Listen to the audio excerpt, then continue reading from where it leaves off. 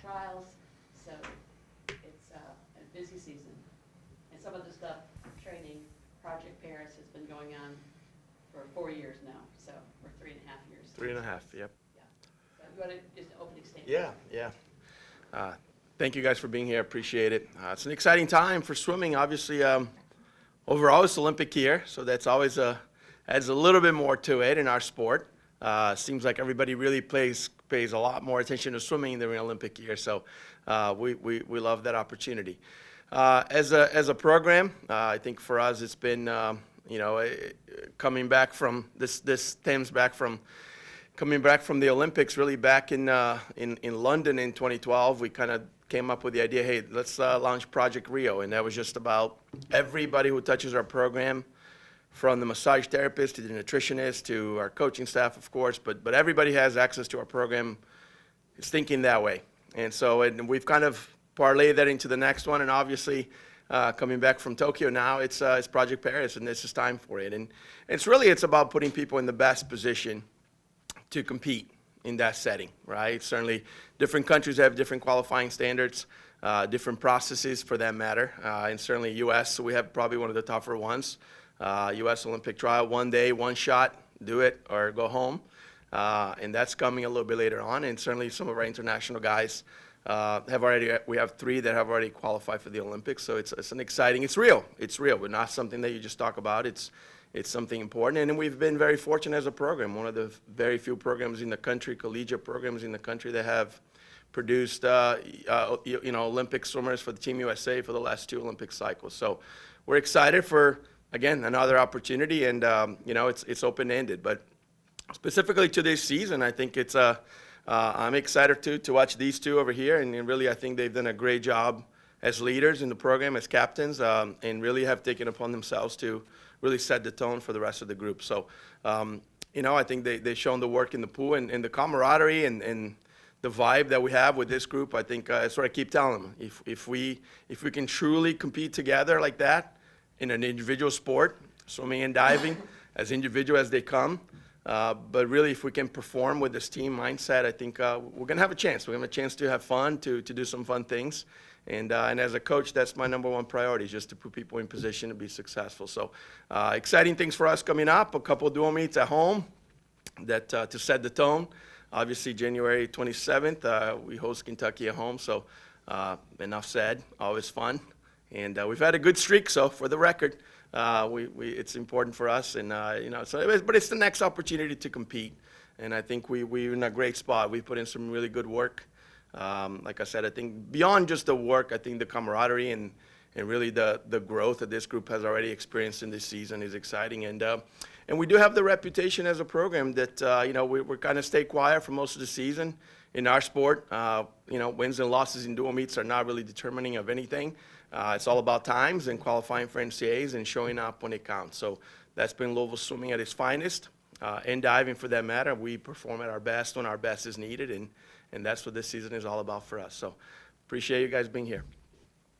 When you talk about that, and when you show up at the end and that kind of thing, but when you're throughout the rankings, you do get a lot of, because of your reputation, they always rank you a little higher at the beginning of the year. Do you feel pretty good about where you are with these 2 groups at this point? I know the women are ranked higher than the men. Yeah. No, it's a good one for Dalton. I think, it's interestingly enough, right? I think it's a tale of 2 sides, and as a combined program, is definitely something that we're very aware of. The women came off ranking anywhere it's inside the top 4 for most of the season. I think the last poll we fell to 6th. But certainly there's a respect there, and there should be. We have a majority of that group back. I think our freshmen have done a great job of improvement. We've had a couple of kids that been out for injuries or red shirts, and so we feel good about our chances, right, and to go compete. On the men's side, it was on the other side. No respect for the boys. I think early polls, somebody gave us a 21st, and we're better than 21st, right? And I think it's been a good unifying point for this group. I think the latest rankings, 13th, 16th, whatever numbers they gave us, right? Like, honestly, as you can tell, I don't pay a whole lot of attention to that, because I think for us it's about, we go to work, we show up, and really it's an open mindset. You know, we talk a lot about freedom in our program, and that's really a big part of what this phase of the season is about, is competing with amazing freedom. Dalton, what about the ranking, or the expectation, I guess, that you all have within compared to maybe what some others have looked at this year? And what do you expect? Yeah, no, when we saw that first poll come out, it kind of lit a fire under us, like at the very beginning of the season. You know, Arthur kind of put it like they think of you as chopped liver. And so that kind of got the boys going pretty early on, and that's been kind of, like you said, a unifying thing. And, just moving forward, the rankings, like, for the viewer, they matter, but inside the team, and, we put in the work, and at the end of the day, they're not doing the swimming, we are. We're the ones suiting up, and I think we have a really good team, and it's going to fly under the radar, and then when we finally get to postseason, it'll be a really fun time. What do you kind of expect from yourself as one of the leaders, and then for both of you on the men's side, where are the strengths? Where do the strengths lie with this team? Just expectations. I just want to be the best leader that I can be for that group, going in and just being the best version of myself that I can be.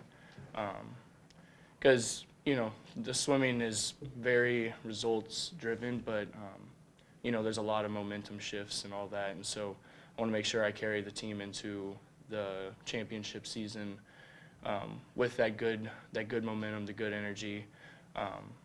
And then just showing up like I always do for the relays. I've been on the relays, the past 4 years now. And just being like the rock of the group, I guess. Kind of keep them steady, not let the light shine too bright on them. So yeah, I think that's kind of like the expectation, and then, just really going in there and just upsetting, shocking the world. I think that's a great expectation. Not to harp on the rankings too much, but it sounds like you kind of have that underdog mentality, which is also crazy to think of when you do look at the rankings. Do you like that part of it? I think it kind of puts us in a great position. We're not defending anything. We're in attack mode. I think if we were higher up, maybe some of the guys think, oh, we're defending this position or this and that. But being lower in the rankings, I think allows us to really go full attack mode and nothing to lose mindset. So yeah, that's kind of been the driving factor. Arthur, where do you feel like with the men's, the strength lies with this group? I think in college swimming, relays are a huge part of things, right? So I think that's always a big filter that we have in putting together our relays and trying some different combinations and trying to find a couple of tenths anywhere we can. So that's been a big part of this. And I feel like we have, I think we feel really good about 4 of the 5 relays there, but we feel like we have the right personnel. I feel we're covered. There's one that we have the personnel. It's just a matter of, we probably have too many of those guys. We probably have 6 guys for 4 spots that we just kind of find where the 4 guys that day. And I think what I love about this group is they're aware of that. And if if their name is on the relay, or if they're not on the relay, that it's just the next thing that we're doing. This is our group. So I think that mentality, that selfless mentality this group has, we'll have a good chance, right? We'll have a good chance for sure. I think the girls have an excellent sprint group with you and Christy and Juju and Ella.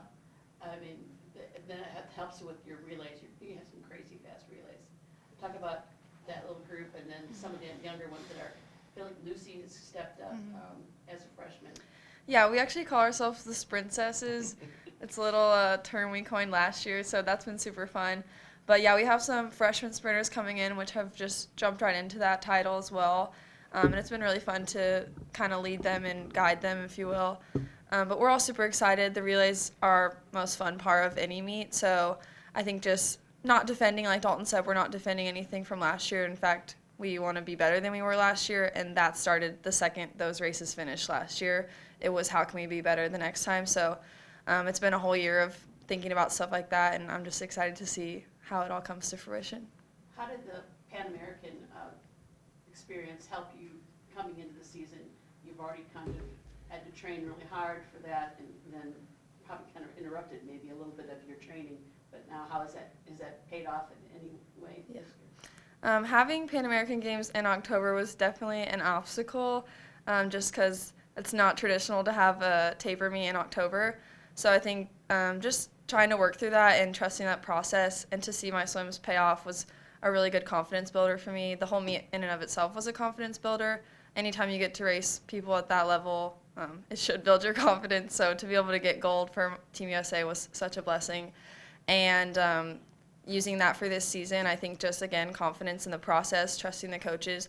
I trust the coaches almost like to a fault that sometimes I don't even think about things because I just know they're going to take care of it and that I'm on the right path. So I think just allowing that to carry me into the rest of the season. Gabby, we talked last year a little bit. There's so many benefits of being here and swimming for Dad and that kind of thing. I guess one of them, happy birthday, first of all. Is Thank that a benefit that he's right here, that you're going to get some pretty good presents? Because it's not like you're away at college, you know? Yeah, that's true. I mean, I guess one of my favorite parts about having him here and it being my birthday is, I saw him this morning at 6:30, so he got to tell me happy birthday quite early, which I guess if he wasn't my coach, I wouldn't have seen him till later.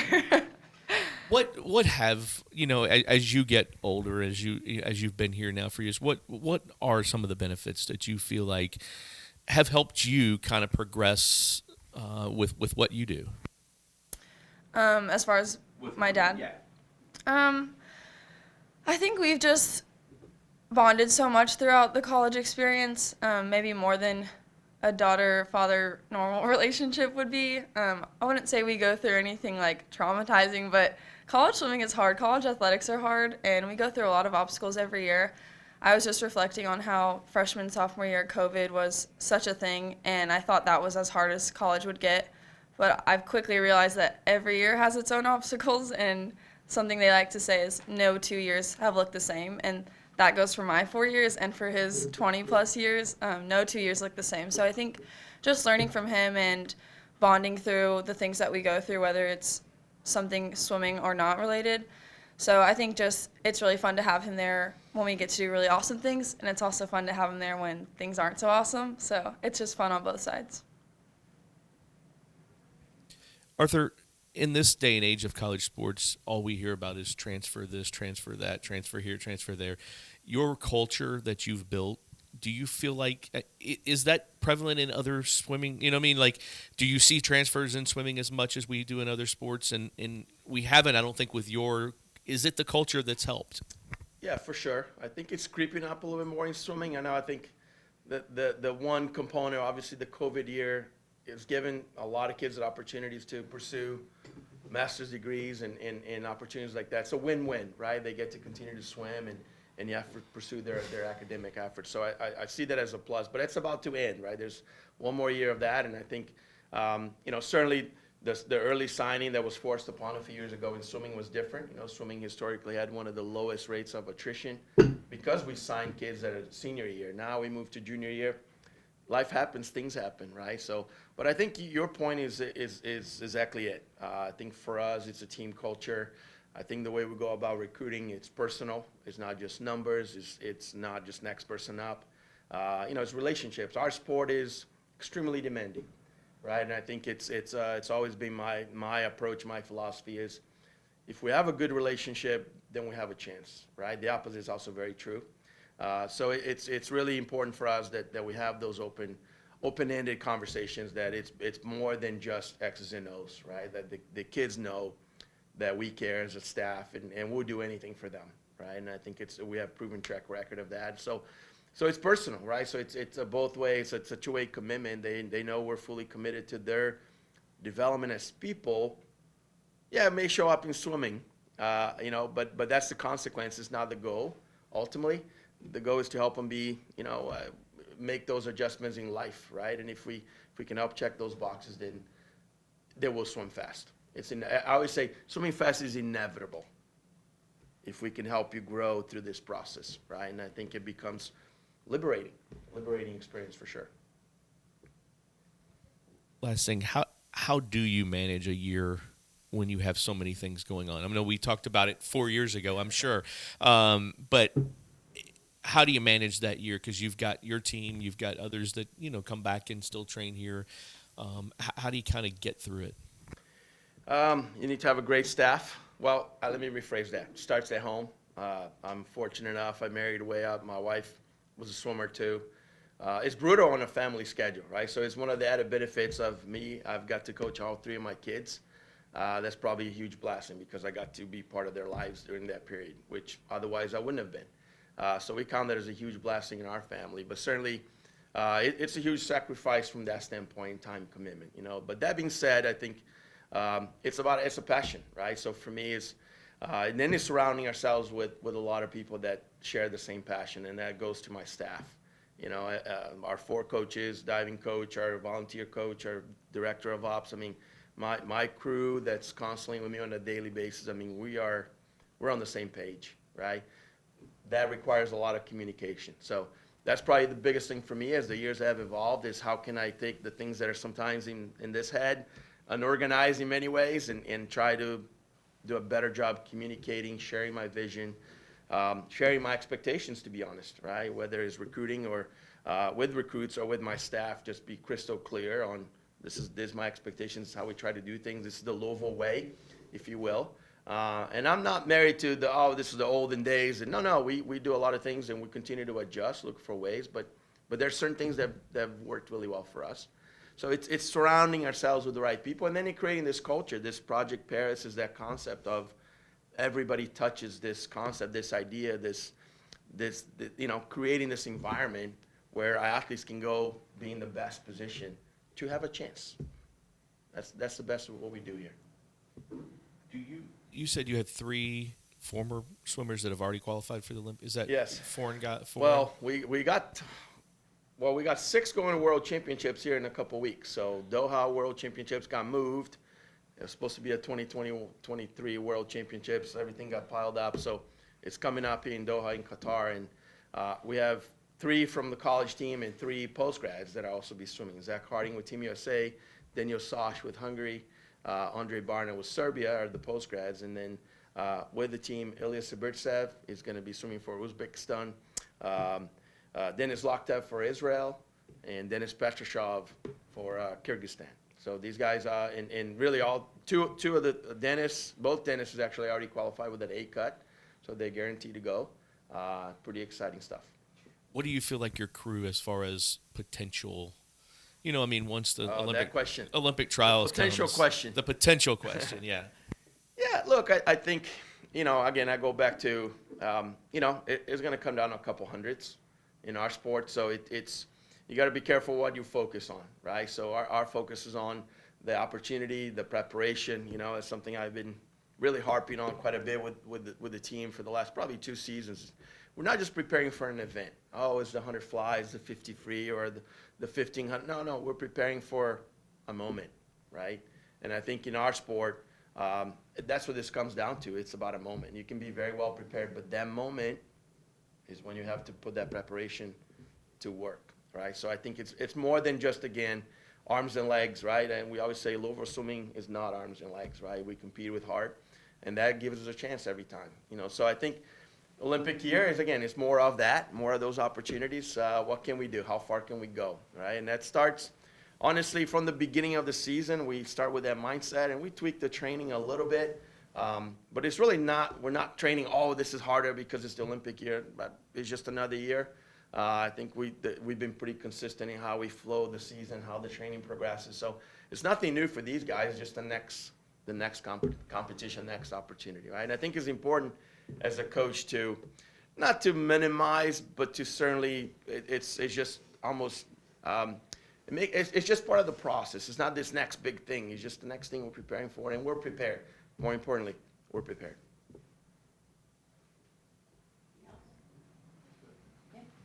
Thank you, guys. Thank you. Appreciate it. Thanks.